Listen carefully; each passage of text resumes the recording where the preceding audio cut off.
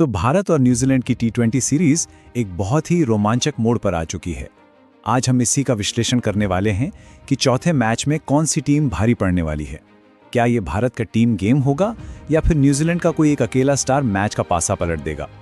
चलिए नंबर्स और स्ट्रैटेजी की दुनिया में उतरकर इसका जवाब ढूंढते हैं। अब ये जो एक लाइन है ना, ये असल में पूरी सीरीज की कहानी कह देती है। एक तरफ है टीम इंडिया जो अभिषेक शर्मा और सूर्य कुमार यादव जैसे प्लेयर्स के दम पर लगातार जीत रही है, और दूसरी तरफ है न्यूजीलैंड जिसकी सारी की सारी उम्मीदें बस ग्लेन फिलिप्स पर आके टिक गई हैं। तो सवाल यही है कि क्या एक अकेला खिलाड़ी पूरी टीम पर भारी पड़ सकता है। तो चलिए सबसे पहले ये समझते हैं कि अब तक इस सीरीज में हुआ क्या है। किसी भी मैच को समझने के लिए उसकी बैक स्टोरी जानना बहुत जरूरी होता है। इस स्लाइड में दोनों टीमों की सोच का अंतर बिल्कुल साफ नजर आता है। देखिए, भारत की जो ताकत है वो उसकी टीम में है, जहां हर कोई अपना रोल निभा रहा है। वहीं न्यूजीलैंड के लिए उम्मीद का सारा बोझ अकेले ग्लेन फिलिप्स के कंधों पर है। ये एक classic team game versus one man army का मुकाबला बन गया है। और ये जो नंबर्स है ना, ये सिर्फ स्कोर कार्ड नहीं भर रहे, ये पूरी कहानी बता रहे हैं। भारत के लिए अभिषेक, सूर्य कुमार, ईशान सबने मिलकर मैच जिताऊ पारियां खेली हैं। लेकिन न्यूजीलैंड की तरफ देखिए, ग्लेन फिलिप्स लगातार अच्छा खेल रहे हैं, पर उनके अलावा कोई और बल्लेबाज टेक ही नहीं पा रहा। और यही निर्भरता न्यूजीलैंड की सबसे बड़ी कमजोरी बनती जा रही है। तो सवाल ये उठता है कि भारत ऐसा कर कैसे रहा है। आखिर इनका विनिंग फॉर्मूला है क्या।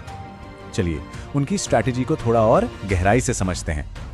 भारत की बल्लेबाजी का प्लान एकदम क्लियर है, एक 3 स्टेप अटैक जैसा। सबसे पहले अभिषेक शर्मा पावर प्ले में आकर माहौल सेट करते हैं। फिर बीच के ओवर्स में आते हैं सूर्य कुमार यादव, जो गेम को पूरी तरह से बदल देते हैं।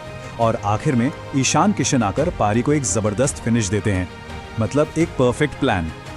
और कहानी सिर्फ बैटिंग पर खत्म नहीं होती, भारत की बॉलिंग भी उतनी ही सोची समझी है। अर्शदीप सिंह नई गेंद से विकेट निकालते हैं, स्पिनर्स बीच के ओवर्स में रन रोकते हैं, और फिर आते हैं जसप्रीत बुमराह, डेथ ओवर्स के असली किंग। हर गेंदबाज को अपना रोल पता है और वो उसे बखूबी निभा रहा है। तो कुल मिलाकर भारत का गेम प्लान बिल्कुल सीधा है। पावर प्ले में अटैक करो, बीच के ओवर्स में कंट्रोल रखो और डेथ ओवर्स में मैच को खत्म कर दो। ये एक सिंपल लेकिन बहुत ही असरदार फॉर्मूला है। ठीक है, अब सिक्के का दूसरा पहलू देखते हैं।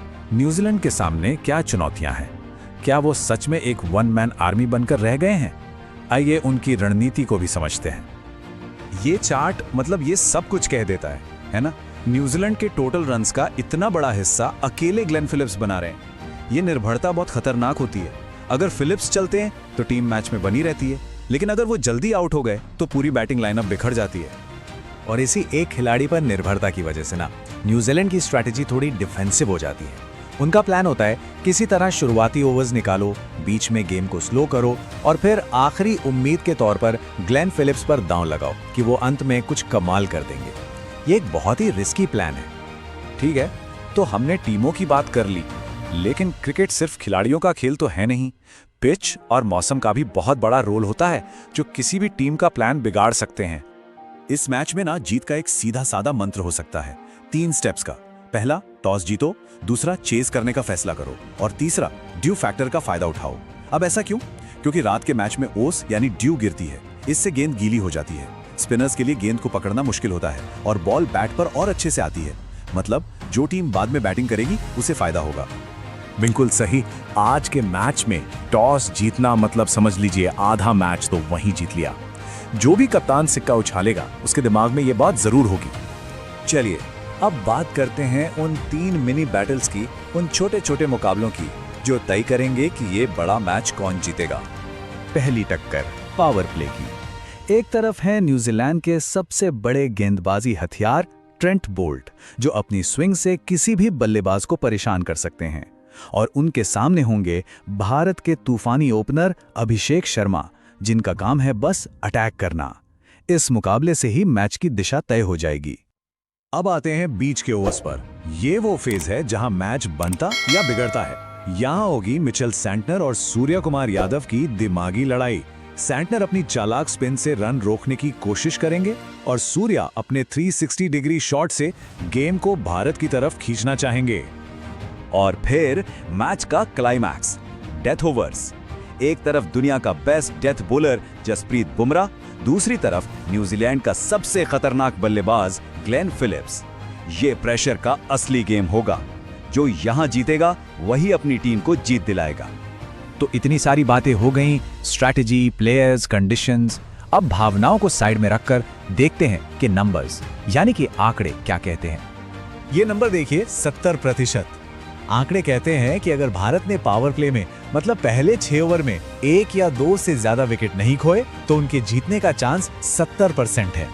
ये बहुत बड़ा नंबर है और ये साफ बताता है कि मैच की चाबी भारत की ओपनिंग पार्टनरशिप के पास है। तो आखिर में पूरा का पूरा मैच इन दो खिलाड़ियों पर आकर टिक जाता है।